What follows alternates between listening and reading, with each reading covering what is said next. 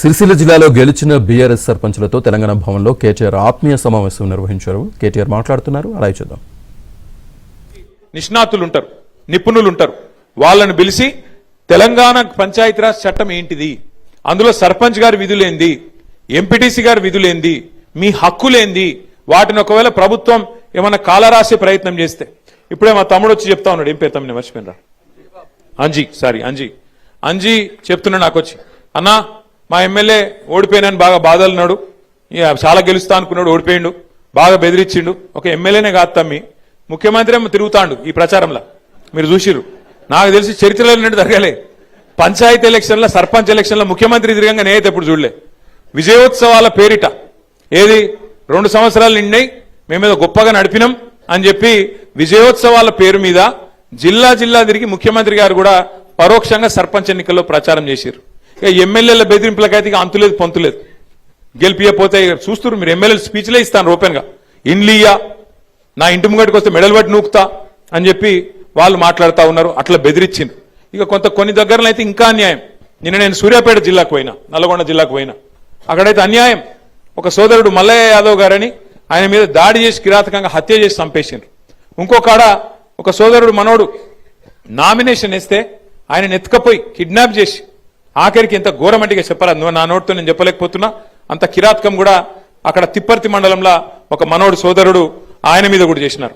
ఇంకో దగ్గరనైతే గెలిచినాక ఓట్లు వేసినాక, గెలిచినాక కాదు, ఓట్లు వేసినాక మన ఓట్లు కావాలని తీసేసి తీసుకుపోయి మోరిలో వారేసిండ్రు.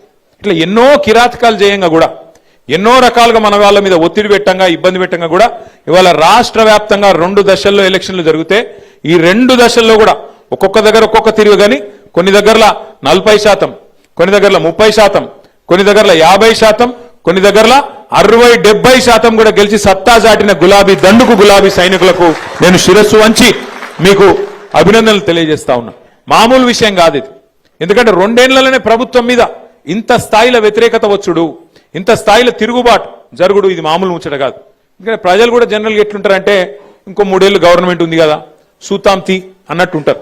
కానీ తెలంగాణలో పరిస్థితి అలాగున్నది.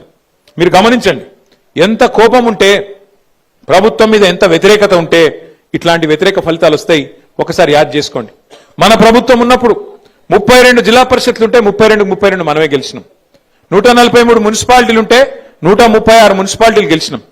జెడ్పీటీసీలు దగ్గర 450 దాకా గెలిచినాం.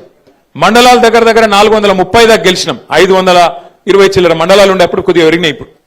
అట్లాగే గ్రామ పంచాయతీలు 12,000 ఉంటే దగ్గర 9,000 మనమే గెలిచినాం.